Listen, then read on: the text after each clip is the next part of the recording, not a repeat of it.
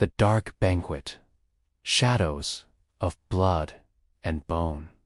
They say that in the deepest hours of winter, when the winds screamed like dying women across the frozen battlements, the great hall of Eldris Castle glowed with a flickering red light, a glow not born of hearth or torch, but of blood steaming upon cold stone.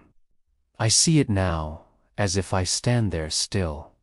Long tables carved from oak, blackened by centuries of soot, laden with golden platters, overflowing with roasted boar, pheasant, and bowls of salted fruit. But amidst those feasts of kings lay darker offerings, silver basins filled with blood, steaming where it sat, swirling thick and dark as fresh cream stirred into obsidian wine. At the far end of the hall, raised upon a dais, carved with screaming faces and twisting vines of yew, stood the throne of Eldric the Red. It was no throne of velvet and gold, but a grotesque sculpture of bones, femurs polished to pale ivory gleam, skulls set into its armrests, their hollow sockets staring forever at nothing. Along its back rose a fan of ribs wired together with black iron, framing the man seated there like the spread wings of some demon-crowned god. Eldric sat slumped upon his bone throne, his scarlet robes pooled around him like congealed blood, trimmed with furs stained dark by years of spilled wine and flesh. His crown tilted upon thinning hair, golden spikes dulled by grime. In his right hand he held a goblet carved from a human skull, set with rubies in its eye sockets, and within it sloshed a dark liquid that steamed in the frigid hall. His courtiers stood silent along the walls, their faces hidden behind masks of gold and black lacquer. None dared move, none dared speak. The only sounds were the crackle of resin-soaked torches and the slow drip, drip, drip of blood falling from the iron cage suspended above the feast table. Within that cage hung a man, naked and still, twitching, his wrists and ankles bound in rusted chains. Long cuts had been opened along his thighs and belly, his blood pattering onto the platters below, mixing with gravy and spiced wine. Eldric raised his goblet, his lips cracked and blackened from fevered prayers, and darker indulgences curled into a smile as he drank. The hall trembled with a silent dread as the courtiers pressed their masked faces to the floor, eyes squeezed shut against the horror they served. For in that moment there was no king, no god, no justice, nor sin. There was only a man devouring death to keep life clawing at his feet, and in his eyes, dull, clouded with sickness, and shadowed with dreams of crimson eternity, burned the final flicker of a mind that once ruled with wisdom, now shattered into madness by the promise of blood's eternal throne. The rise of Eldrick the Red, from just king to blood-drunk tyrant. Before he was Eldrick the Red, he was Eldrick of Halewood, a king beloved by his people. They sang of his wisdom beneath the great oaks, praising his fairness in tax, his mercy upon orphans, his generous feasts that fed every empty stomach after harsh winters. His hair was golden then, his eyes a clear gray like morning frost upon steel.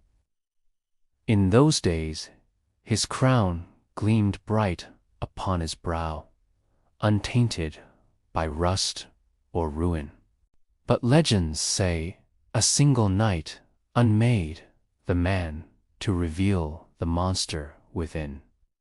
On the eve of midwinter, when stars burned like icy nails driven through the dark, Eldrick called his seers to read the omens of the coming year. They cast bones upon black velvet, spilled goat's blood across iron sigils, burned herbs whose smoke choked the lungs with bitter dread. One by one they shook and fell silent, refusing to speak, until at last the oldest among them, blind from birth, whispered, "My king, I see your death coming in darkness. The throne will fall. The land will drown in plague and famine. Only blood, pure blood, spilled willingly or taken in fear, can keep your crown from sinking into dust." The seer died before dawn, her throat opened by her own hand, her blood splashed across the unlit hearth as if to prove her final words. From that day forward, Eldrick changed. His laughter, once bright as spring rivers, grew quiet and strained. His eyes no longer saw the weary smiles of his people, only the shadows between their ribs and necks. The crown weighed heavy upon him, each golden curve a brand of looming doom. He withdrew from his queen, from his children, from the priests who begged him to turn to God's mercy. Instead, he called his alchemists, his executioners, and his torturers to council. Whispers spread of vats of boiling tallow bubbling in the lower halls, of obsidian knives carved with runes none could read, of monks dragged, screaming, from chapels to vanish behind iron-barred doors. Then came the first banquet. They said Eldrick sat in silence that night, staring into a goblet filled with blood so dark it swallowed torchlight without reflection. And as he drank, he smiled for the first time in months, though his teeth were stained crimson and his eyes wept tears of salt and madness. It was in that moment, chroniclers wrote, that Eldrick of Halewood died.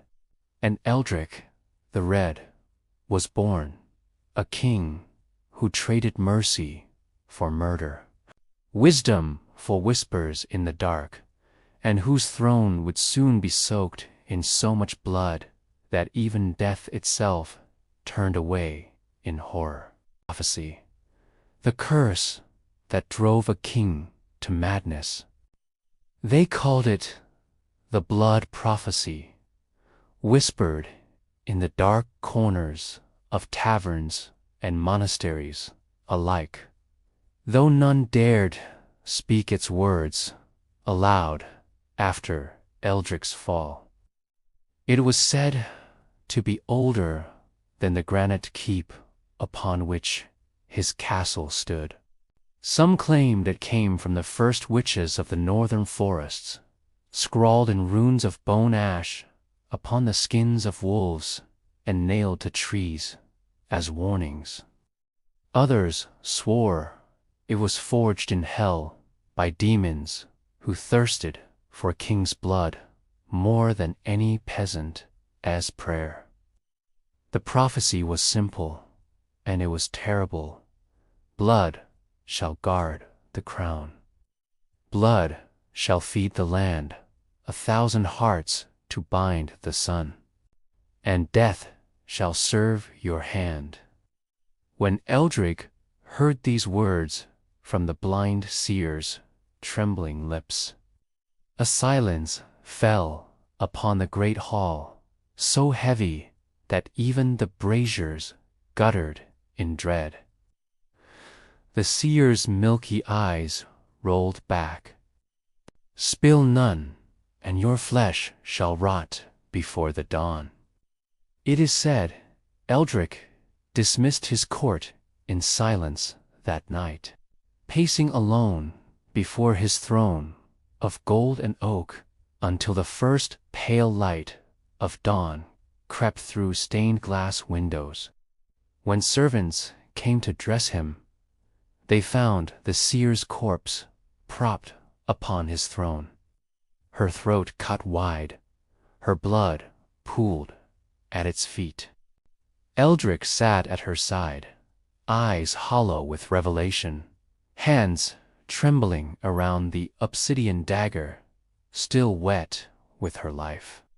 From that day, his chambers filled with scrolls bound in human skin and codices stolen from burned monasteries, each chronicling forbidden rites to keep death at bay. He called upon necromancers and plague doctors to decipher the hidden meaning behind the prophecy. Their answer was always the same. Blood feeds power. Power feeds life. There is no throne without sacrifice. But none dared ask what would happen when a king no longer feared spilling any blood but his own. For Eldric became obsessed with the prophecy's final line, and death shall serve your hand. He believed that by fulfilling its demand, he would not only preserve his crown, but command death itself to unmake enemies, to break nature's law, to rise beyond the reach of any god. Thus began the reign of Eldric the Red Arraign, no longer built upon laws or treaties or faith, but upon the single iron law of blood, that each dawn demands its price in flesh, and only those who feed the darkness may rule in its shadow. First blood banquet, a toast to eternal power. The night of Eldric's first blood banquet was said to be so cold that birds fell dead from the sky, their tiny bodies frozen mid-flight, littering the castle's ramparts like withered leaves. In the great hall, however, heat pulsed from braziers, stoked with pitch and resinous pine. Shadows danced upon walls, draped in black velvet, embroidered with silver sigils of the old dynasty, now tarnished by the dread they bore witness to. The courtiers gathered in silence, their faces pale with fear. None knew why they had been summoned. Their king sat upon his throne of bone at the hall's far end, staring into the darkness between torches. His robes were black that night, trimmed with red fox fur, and upon his brow gleamed a thin circlet of gold set with garnets that caught the torchlight and burned like droplets of fresh blood. Before him, upon a long oaken table, knelt a man bound at wrists and ankles, stripped to his tunic. He was Sir Roderick of Gildenmere, a proud knight once sworn to Eldric's father. Rumor whispered he had spoken against the prophecy, calling it madness and urging the king to seek penance rather than murder. For this treason he had been dragged before the court, beaten until his ribs cracked and his breath wheezed through lips swollen and split. Eldric rose. The hall fell into deeper silence, so absolute that the crackle of resin in braziers echoed like bones breaking.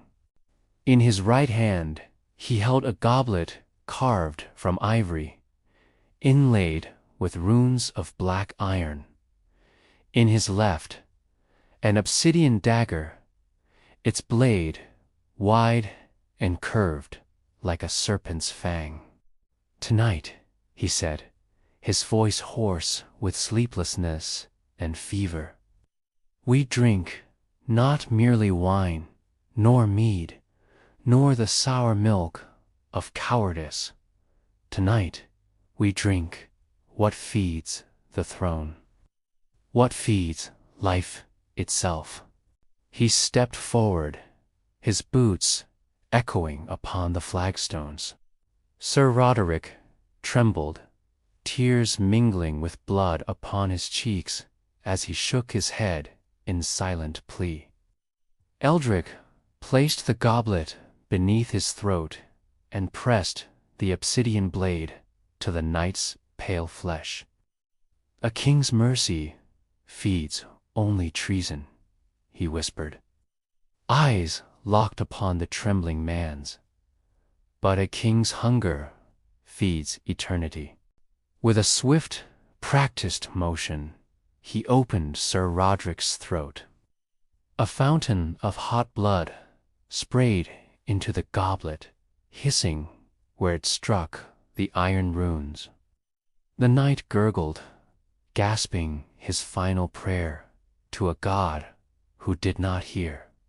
The courtiers flinched as the scent of copper and death rolled through the hall, mingling with the resin smoke into something sickly, sweet, and unforgettable. When the goblet was half full, Eldric raised it high. He turned slowly, eyes blazing with fevered triumph. "Drink," he commanded, "and your loyalty shall be bound in blood and fear. Refuse, and your blood shall feed my cup next."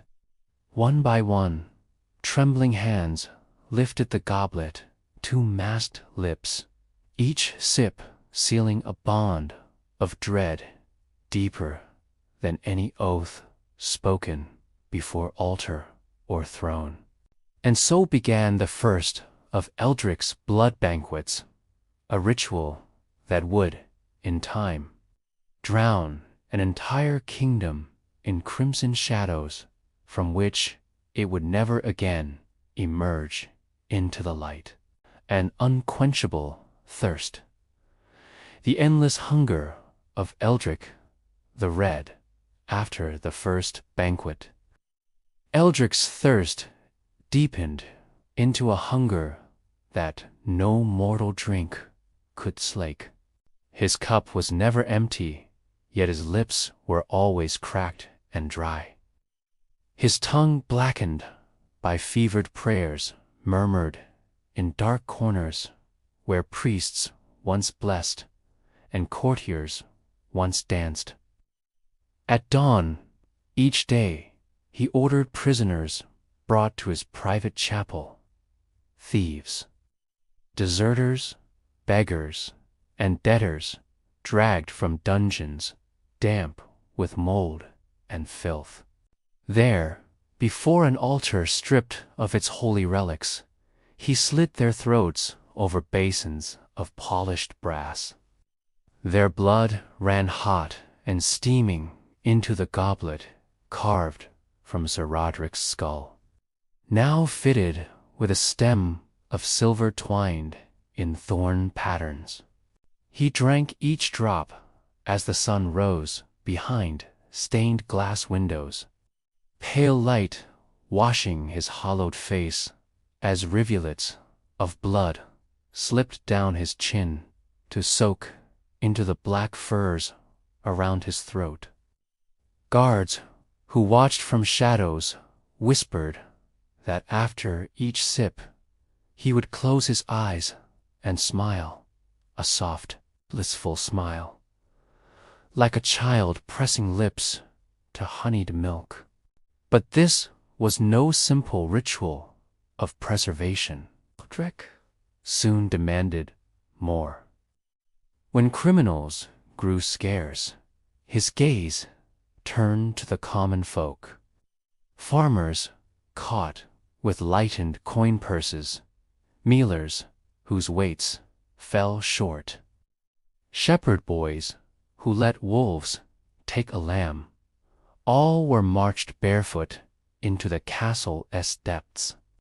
There, hung by their ankles, their blood drained slow into barrels lined with beeswax and honeycomb. The blood curdled to a thick, dark syrup, sweetened by decay and nectar alike.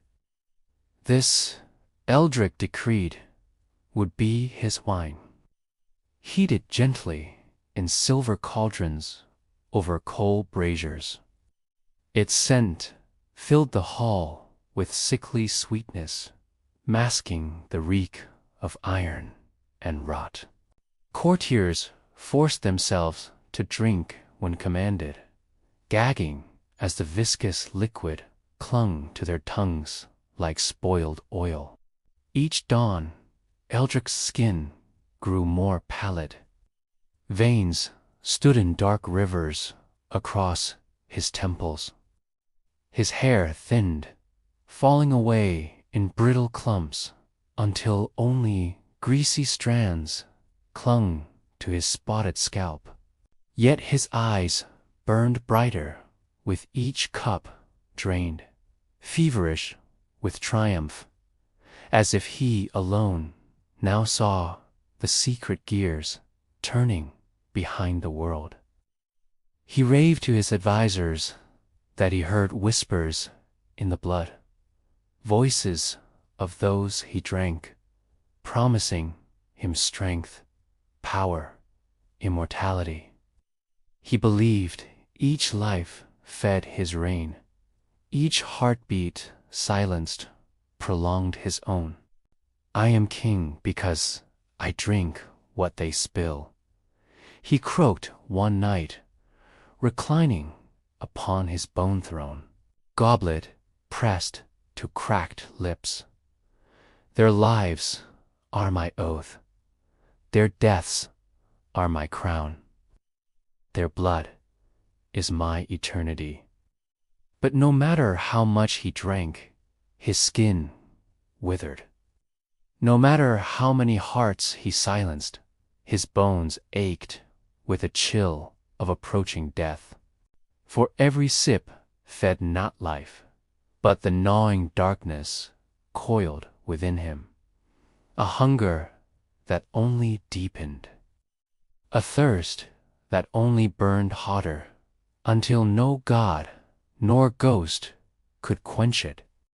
The Queen's last stand, blood spilled for love and madness. They called her Elawan of Rosevale, daughter of a quiet southern duchy, famed for hair black as rain feathers and eyes gentle as rain upon heather. She was Eldric's queen before prophecy poisoned his heart, the mother of his children, his counsel in peace and war, the warmth that once anchored his weary spirit after long campaigns.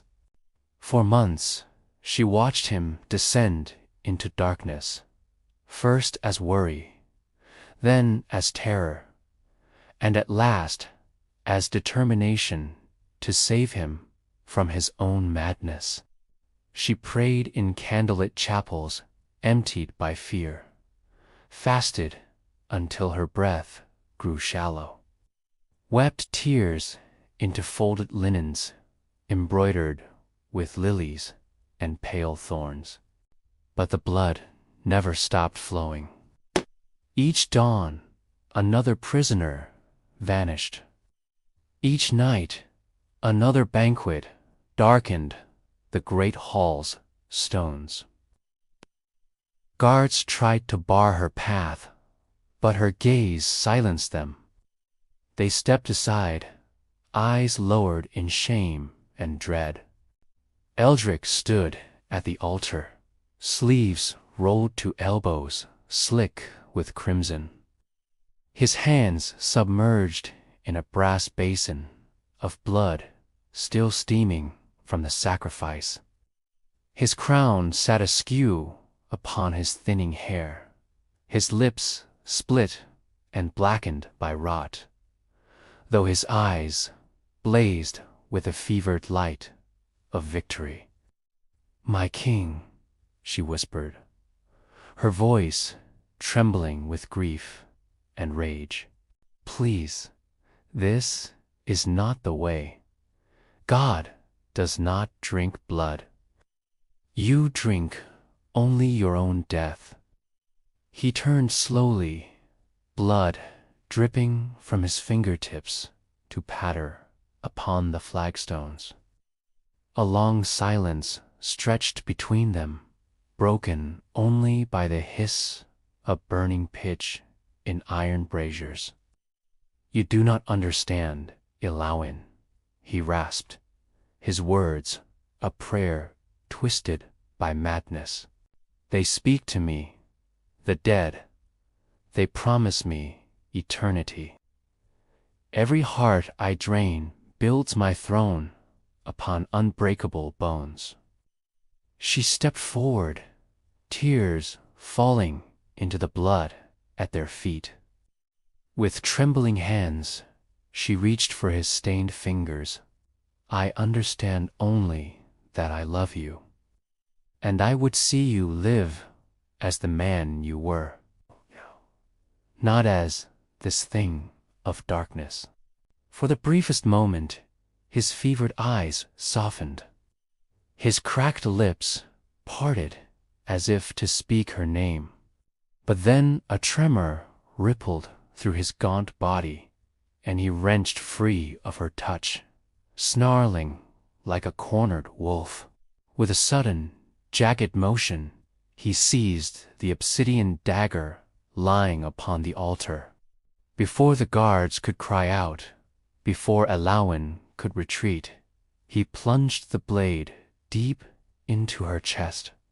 A strangled gasp escaped her lips as her hands fluttered to the hilt, buried in her breastbone, scarlet blooming across her ivory gown. She fell to her knees before him, eyes wide with disbelief and sorrow. Her final breath left her in a sigh that carried a single word: "Why?" Eldric bent and pressed his lips to hers, tasting her last warmth before it faded. As her blood pooled around her lifeless form, he dipped his goblet into it, lifting it high toward the flickering shadows above. "Forgive me, beloved," he whispered, voice breaking with grief, even as his eyes shone with triumph. "But even your blood must feed the throne." The bloody rebellion, when the people rose against the Blood King, at last. The kingdom could bear no more. Winter bled into spring, but no green shoots pushed through the blackened soil. Fields lay fallow beneath rotting snow. Livestock died of plague, their carcasses left to bloat and burst in muddy lanes. Mothers pressed withered lips to the breasts of starving infants who never cried. All the while, black crows circled the castle towers, screaming their hunger to an empty sky. Word spread like wildfire through frostbitten villages and silent market towns. Whispers of eldritch feasts, of maidens drained in silver bowls, of knights impaled for refusing to drink, of the queen's blood filling his cup. Whispers became curses. Curses became prayers for vengeance, and prayers became swords. It began with the Knights of the Broken Oath, veterans of Eldric's earlier campaigns, men who once feasted at his table, but now lived in silent exile, haunted by what their king had become. Led by Sir Brannock the Grey, they gathered 1,000 ragged farmers, herdsmen, and miners hardened by famine. With axes dulled by chopping wood, and scythes stained black with old harvests, they marched beneath a torn banner of crimson crossed by a single black slash. As dawn broke over Halewood's keep, the rebel army appeared like a tide of gray ghosts upon the snowy fields. Eldric's remaining guards, thinned by sickness and fear, fell back behind iron gates. From the high towers, courtiers peered down at the ragged horde and felt a tremor of hope pierce their sickness. Within the great hall, Eldric feasted. He sat alone at a table piled with carcasses, blackbirds roasted whole, lambs torn apart by his own hands, bowls of thick, clotted blood. His face was gaunt, eyes sunk deep into sockets ringed with purple bruises, his hair clinging in greasy strings to his speckled scalp. Yet he smiled as he tore meat from bone, lips dripping scarlet, beard matted with blood and wine. When his marshal staggered in to warn him of the rebels breaching the outer gate, Eldric did not rise. Instead, he raised his goblet, carved from the skull of his queen, rimmed in iron, set with garnets, and drank deeply, blood sluicing down his throat. "Let them come," he croaked, his voice hollow as a tomb. "They will drink with me, or they will feed me. There is no other end." Outside, the battle raged. Rebel farmers fell upon castle guards with axes and scythes, hacking apart men clad in steel. Arrows darkened the dawn sky, biting through shields and flesh alike. Sir Brannock cleaved his way through the courtyard, stepping over corpses slick with frozen blood, eyes fixed upon the great hall's iron doors. At last, with a scream that shook banners from the rafters, the rebels slammed the doors open. And there they saw him, Eldrick the Red, seated upon his throne of bone, goblet in hand, crimson pooling at his feet. His eyes glowed feverishly as he raised his cup in greeting, lips curling into a broken smile of welcome and doom. The fall of the Mad King, blood upon the bone throne. The rebels stood frozen at the threshold of the great hall. Before them sprawled the carnage of Eldrick's final feast, overturned platters crawling with flies.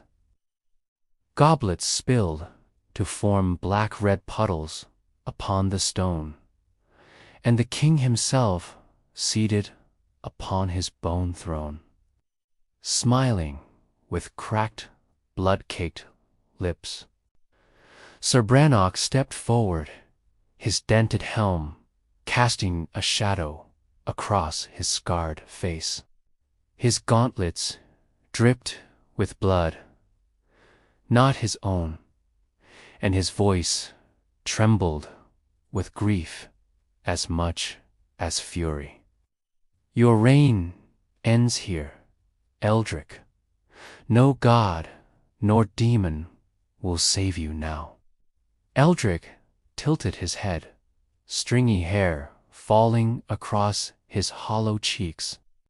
His eyes flickered with a mad amusement as he raised his goblet in mocking salute. Save me, he croaked, his voice like rust scraping iron. Fool, I am already saved. I drink eternity. I eat death itself. Brannock strode forward, boots splashing through pools of blood. With a single motion, he swept his long sword free and pressed its chipped edge against the king's throat. Eldrick did not flinch.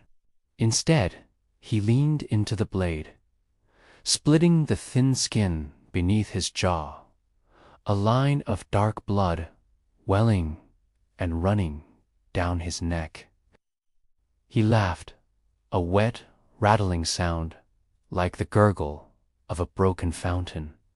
Do it, knight, he whispered, eyes wide with bliss. Spill the last blood. Feed the throne. Feed me. The sword flashed in the dim light. With a savage cry, Brannock drove it forward, the steel biting deep through flesh and bone. Eldrick's head toppled from his shoulders, rolling across the blood-slick floor to land face up, mouth still twitching in a final, grotesque grin. For a long moment, no one moved. The hall fell silent, save for the crackle of dying torches and the drip, drip of blood from the severed neck pooling beneath the throne. Brannock turned away, sword dripping. Behind him, the rebels began tearing down the black velvet banners, ripping the twisted tapestries from the walls, smashing goblets and platters against the stones. They worked in silence, as if fearing words would awaken the dead king's spirit to drink their voices dry. At last, two men approached the bone throne, shoving Eldrick's lifeless corpse to the ground. They kicked aside his crown where it rolled into a puddle of blood, its garnets flashing dimly in the guttering torchlight. But as they lifted the body to drag it away, one man screamed and dropped his grip. Eldric's severed head lolled sideways, eyes still wide open, mouth still curved in that broken smile. Some swore they saw his lips twitch, mouthing words that no living tongue could hear. Others claimed the blood pooled beneath the bone throne, bubbled and pulsed like a living thing, whispering in a voice older than kings or gods, "Drink, drink." And in that whisper lay a promise that Eldric's thirst had not ended with his life, that it would crawl through the ages, seeking another throne, another crown, another man mad enough to believe blood alone could make him eternal. The throne's curse, echoes of the Blood King.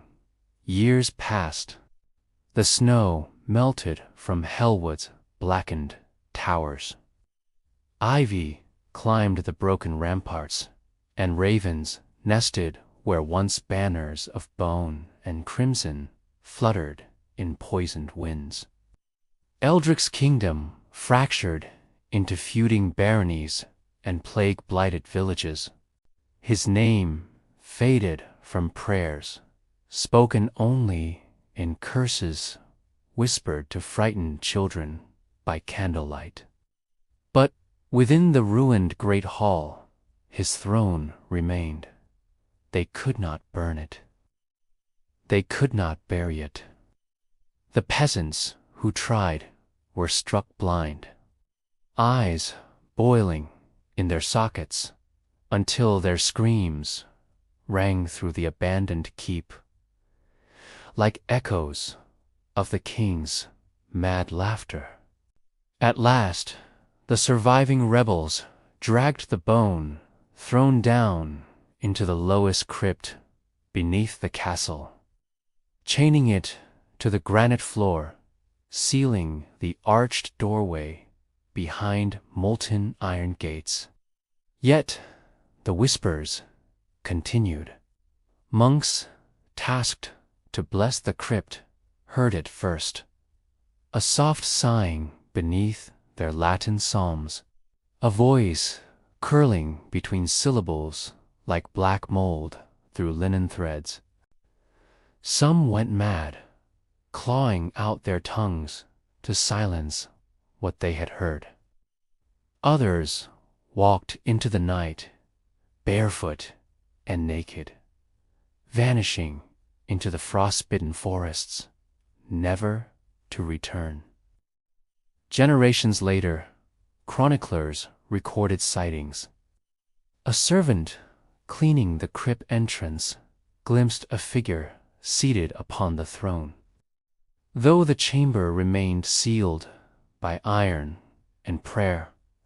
A wandering friar claimed he heard weeping beneath the flagstones, weeping that melted into laughter until his ears bled. The legend grew. They said any who sat upon Eldric's throne would feel his final thirst gnawing at their bones, a hunger for blood that could never be sated. Some said his ghost would crawl up their spine and nest within their skull, whispering, "Drink, drink. Feed me, and I will make you more than mortal." No baron nor king dared reclaim Halewood. Its towers crumbled to ruin, windows gaping black like blinded eyes. Yet the bone throne remained, untouched by rot or time, guarded only by shadows and silence. Now, as I stand before the sealed gates, torch flickering in stale air, I hear it, too. A low murmur slipping through iron bars, curling around my heart like a serpent of cold smoke. Sit upon me, reign forever in blood. My hand trembles upon the gate. A part of me recoils in horror, praying to God's long silent.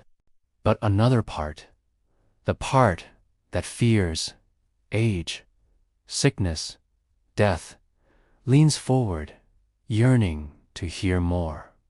For Eldric's curse was never merely upon his throne. It was upon the hearts of all who hear his story, all who feel the flicker of temptation in the pit of their soul, all who wonder in their deepest darkness, what price would I pay to rule forever? And in that wondering, his thirst lives on, unending, unseen, waiting only for the next fool brave enough to drink. Thank you for joining me tonight in the shadows of forgotten thrones and blood-soaked halls. If this story has haunted your mind or left a whisper in your dreams, its purpose is fulfilled. There are countless other secrets buried beneath stone and silence, waiting for those brave enough to listen. If you wish to continue exploring these forbidden histories with me, please like this video so these dark truths may reach others who seek them. And subscribe to this channel to never miss the next tale of madness, power, and the hidden horrors of humanity's past, until we meet again under the flickering torchlight. Remember, some thrones demand blood long after their kings have turned to dust.